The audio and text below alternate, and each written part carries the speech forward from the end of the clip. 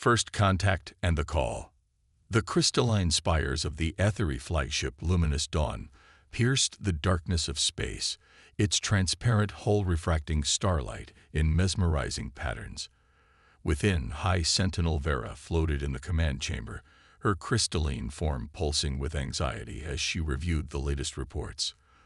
The Void Hunters had claimed another system, leaving only ash and silence where a thriving civilization once existed. "We found them," announced First Seeker Telos, his crystal form flickering with excitement. "A species that might be able to help us." Vera's attention crystallized on the holographic display. It showed a blue-green world, wrapped in swirling white clouds. "Earth.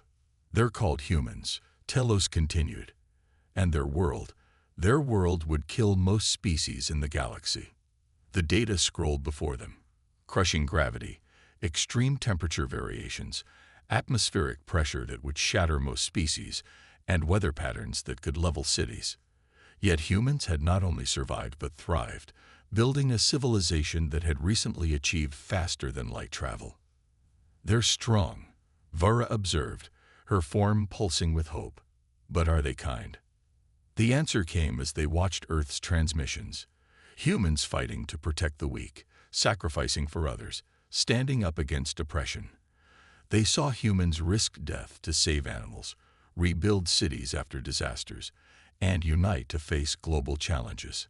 "We have no choice," Vara decided. "The Void Hunters draw closer to our core worlds every cycle. If humans are as strong as their world suggests, and as noble as their actions indicate, they might be our last hope." The Luminous Dawn translated into normal space just beyond Earth's moon. Their arrival triggered immediate responses from Earth's defense systems, but the Aethery ship made no aggressive moves. Instead, they broadcast their message on all frequencies. "People of Earth, we are the Aethery. We come seeking help. Our civilization faces extinction at the hands of beings we call the Void Hunters. We are a peaceful species, unable to defend ourselves. But you who have survived and thrived on a world that would crush most species, perhaps you can do what we cannot." On Earth, in the United Earth Defense Force headquarters beneath the Rocky Mountains, Admiral Sarah Chen watched the transmission with her command staff. The Aethery ship's crystalline structure defied human engineering principles, yet its beauty was undeniable. "They're either telling the truth," Chen said, "or it's the most sophisticated first contact deception ever attempted." The next transmission from the Aethery included proof. Recordings of Void Hunter attacks. Massive black ships that seemed to absorb light itself, weapons that shattered worlds, and the methodical destruction of civilizations that refused to submit to their rule. "We've spent centuries wondering if we were alone in the universe." Chen addressed the emergency session of Earth's Security Council. "Now we know we're not. The question is, what kind of neighbors will we be?" The debate raged for hours. Some counseled caution. Others advocated immediate action. In the end, it was the words of Dr. James Rodriguez, Earth's leading xenosociologist, that swayed the council. "Throughout our history, we've wondered why Earth was so harsh, why evolution made us so resilient. Maybe this is why. Maybe we became strong so we could protect those who cannot protect themselves." The vote was unanimous. Earth would help. When Admiral Chen delivered Earth's response to the Aethery, Vera's crystalline form blazed with joy and relief. The humans didn't just offer military aid. They proposed a full alliance, sharing technology and knowledge.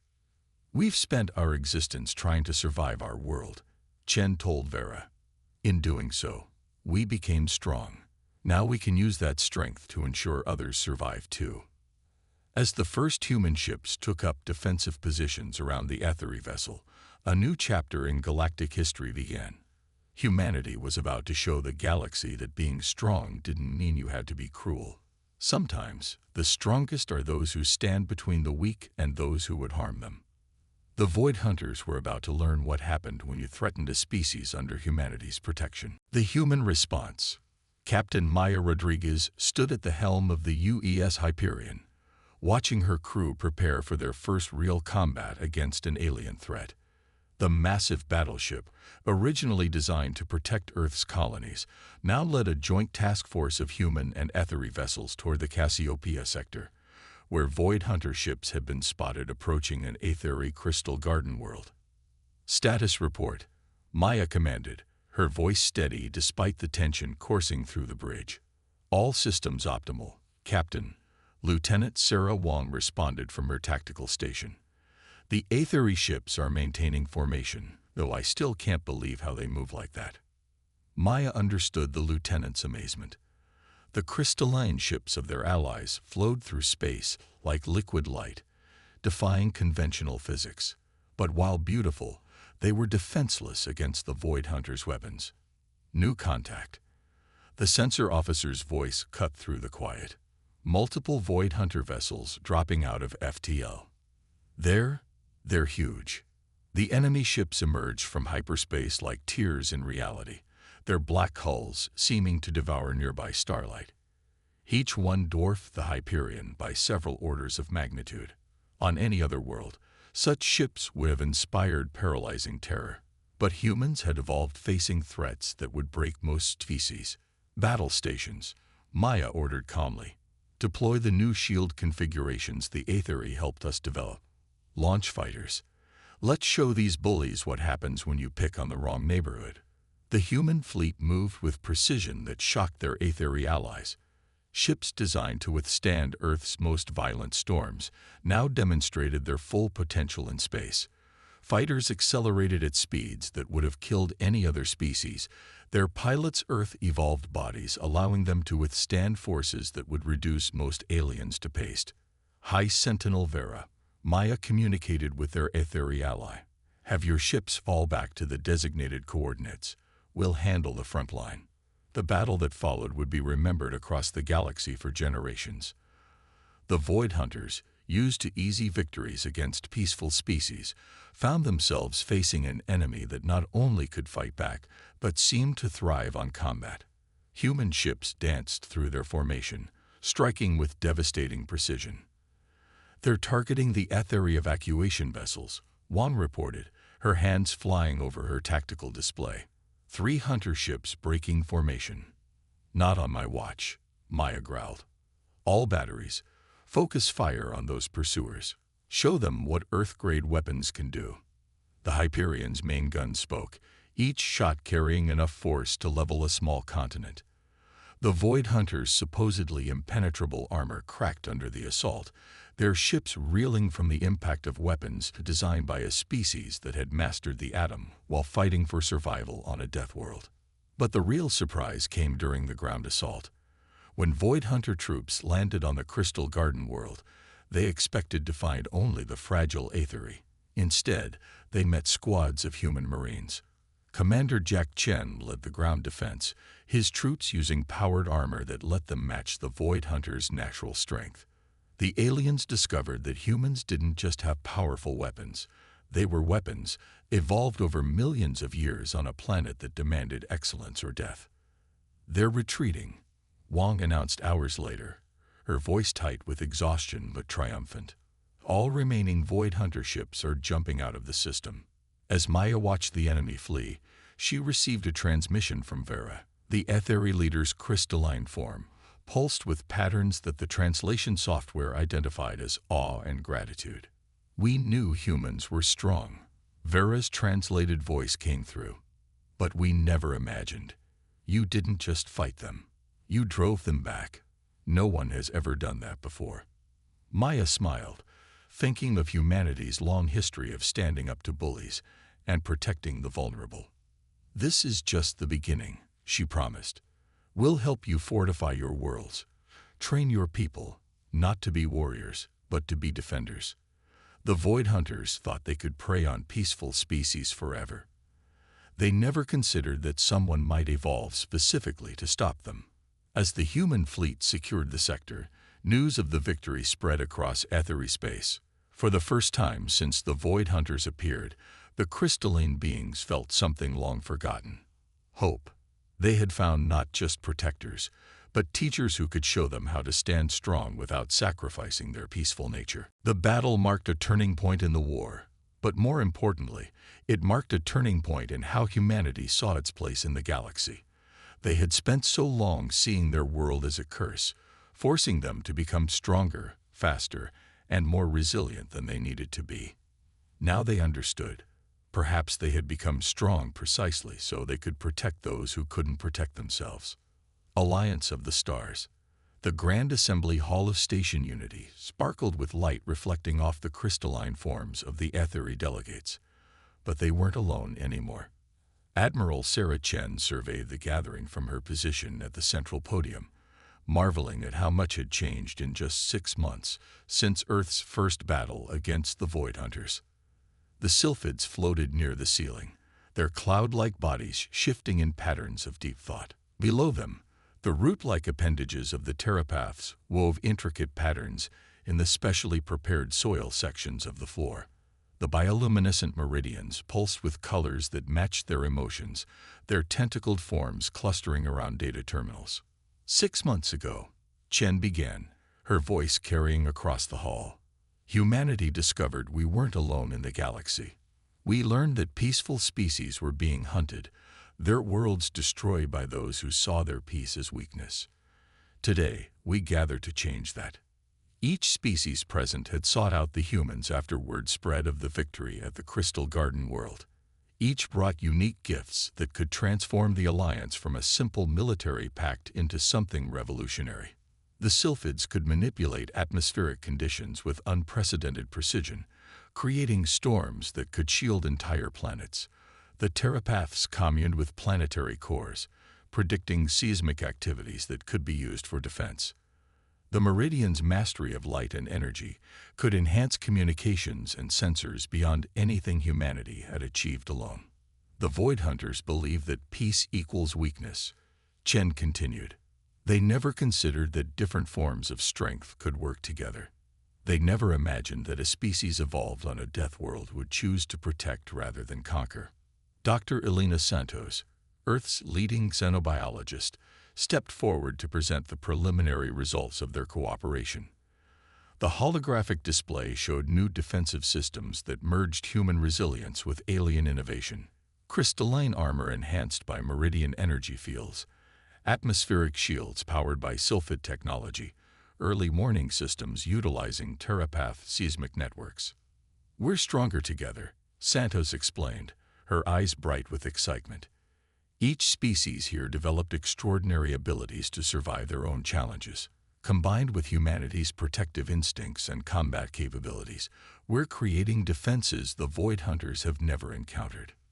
The assembly hall erupted in a cascade of responses. Aetheri light patterns, sylphid wind songs, pteropath root vibrations, and meridian color flashes, all expressing agreement and hope. But the true test of their alliance came sooner than expected.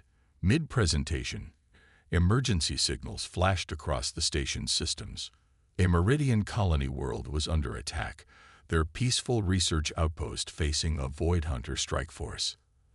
They're targeting our quantum laboratories. The Meridian representative pulsed urgently.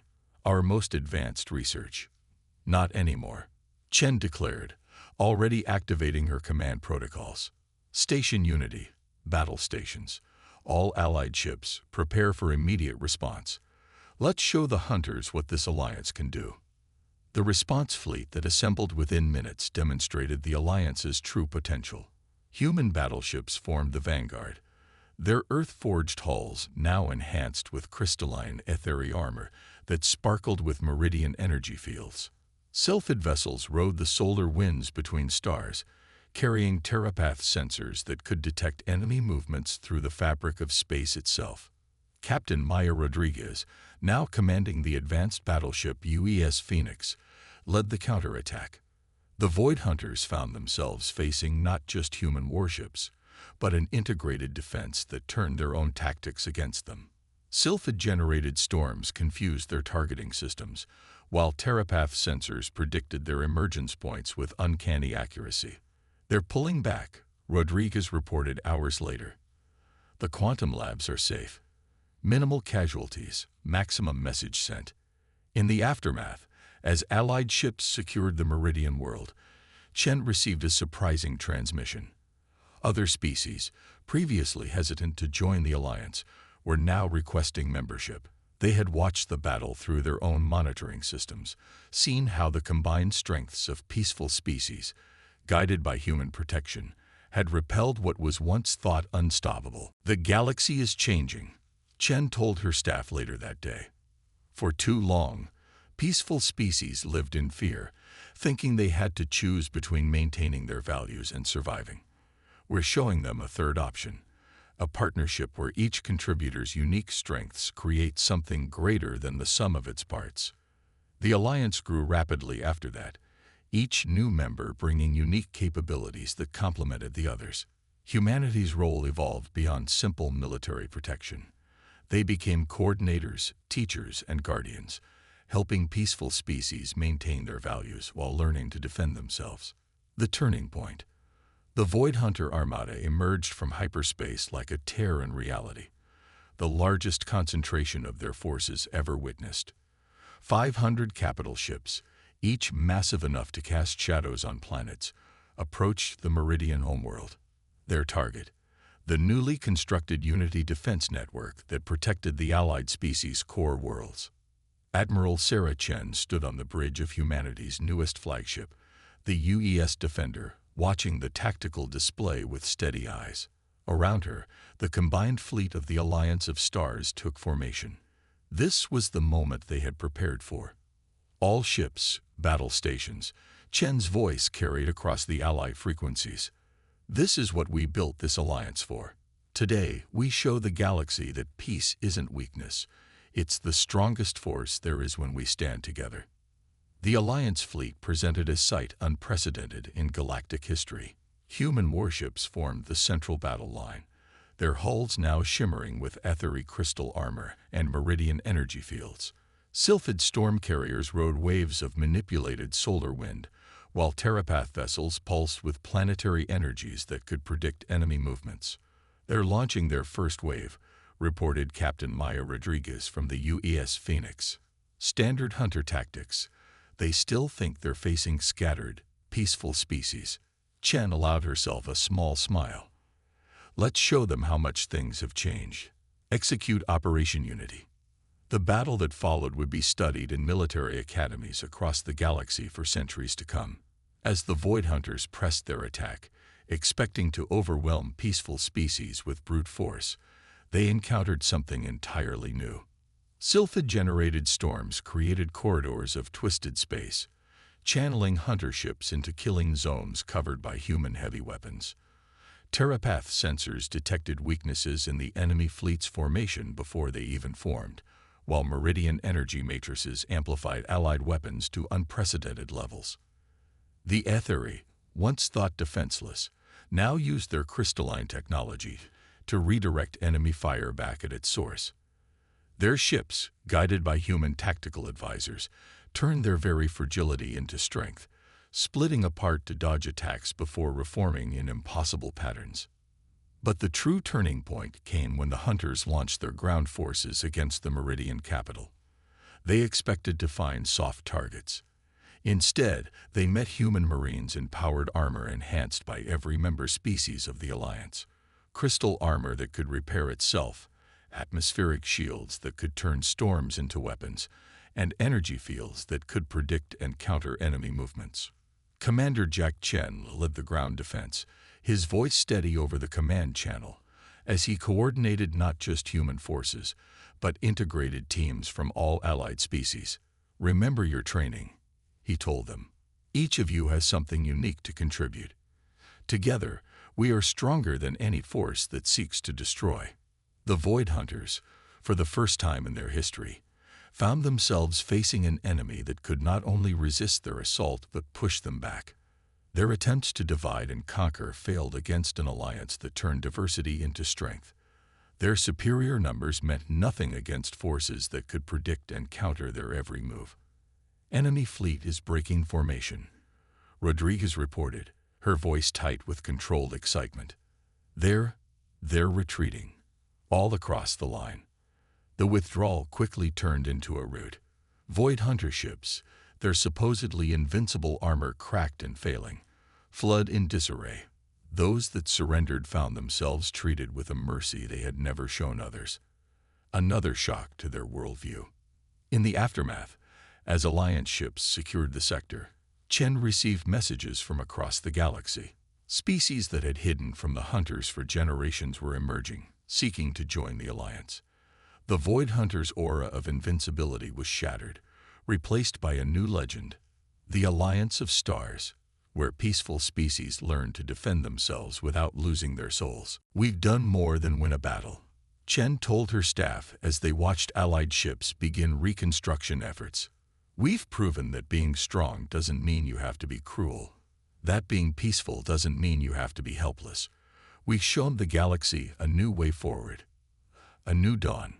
1 year after the Battle of Meridian Prime, Station Unity had transformed. What began as a military headquarters now served as the center of a galactic renaissance. The station's crystalline spires, grown by Etheri architects and strengthened by human engineering, housed representatives from over 50 species, former victims of the Void Hunters who now stood as equals in the Alliance of Stars. Admiral Sarah Chen walked through the Grand Assembly Hall, now expanded to accommodate the growing membership. Her uniform bore new insignia, marking her role not just as a military leader, but as one of the principal architects of the post-war galaxy. Beside her floated High Sentinel Vera, the Etheri leader whose initial call for help had changed everything. "Did you ever imagine this?" Vera's crystalline form pulsed with patterns of joy and wonder. "When you first answered our distress signal." Chen smiled, watching as Sylphid diplomats discussed atmospheric renewal projects with Terrapath environmental experts, while Meridian scientists demonstrated new energy technologies to eager students from 24 worlds. Among them walked human teachers and advisors, sharing not just military knowledge, but lessons about standing strong without losing compassion. "We always hoped we weren't alone in the universe," Chen replied. "We just never expected to find our purpose in protecting others." The latest reports from the borders of Allied space told an encouraging story. The remaining Void Hunter forces had fractured, with many younger commanders seeking peaceful integration into the Alliance. They had seen something their society had forgotten. That true strength lay not in domination, but in cooperation. Captain Maya Rodriguez, now commanding the Alliance's new exploration division, provided regular updates about former Hunter worlds choosing to join the Alliance. "They're learning," she reported during her latest transmission. "Some of their youth are actually showing interest in becoming protectors themselves." The integration wasn't always smooth. Centuries of aggression left deep scars, but the Alliance faced these challenges with the same determination that had won the war. Human diplomatic teams worked alongside Etheri mediators and Meridian empaths to heal ancient wounds and build new bridges. Commander Jack Chen, leading the Alliance's new defense academy, had perhaps the most challenging and rewarding task. His students included former victims and aggressors alike, all learning to use their strength to protect rather than dominate. "The key," he told his diverse classes, "isn't just about learning to fight. It's about knowing when not to fight and having the strength to stand up for what's right when fighting becomes necessary."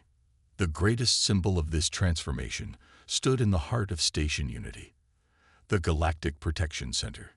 Here, any species could call for help and receive immediate response from the nearest Alliance forces. The old fear of appearing weak by asking for aid had been replaced by an understanding that strength came in many forms, and that working together made everyone stronger. Dr. Elena Santos, continuing her xenobiological research, had perhaps best captured the spirit of the new era in her latest publication. "Earth's harsh conditions forced us to become strong, but it was our choice to use that strength to protect others. In doing so, we didn't just find our place in the galaxy. We helped create a new kind of galaxy, one where peace and strength are no longer seen as opposites." As Chen concluded her tour of the station, she received word of a new species requesting Alliance membership. Their message echoed the one that had started everything. a peaceful civilization seeking protection and guidance. But now, instead of facing this challenge alone, humanity stood ready with dozens of allied species, each contributing their unique strengths to the cause. "Send them our response," Chen instructed, sharing a knowing look with Vera. "Tell them what I wish someone had been able to tell you when you first discovered Earth. You don't have to choose between remaining peaceful and surviving. Not anymore. The galaxy has changed, and you'll never have to stand alone again." As she watched the message being transmitted, Chen reflected on humanity's journey. They had evolved on a death world, becoming strong enough to survive its challenges. But their greatest achievement wasn't in their strength. It was in choosing to use that strength to protect others, to teach rather than dominate, to guard rather than conquer. The stars seemed brighter now, filled not with unknown threats but with allies and friends. Humanity had found its purpose among them, not as conquerors or mere survivors, but as guardians of a peace built on mutual respect and shared strength. The Deathworlders had become the galaxy's protectors, and in doing so, had helped create something greater than anyone had imagined possible. A future where being strong and being kind were one and the same.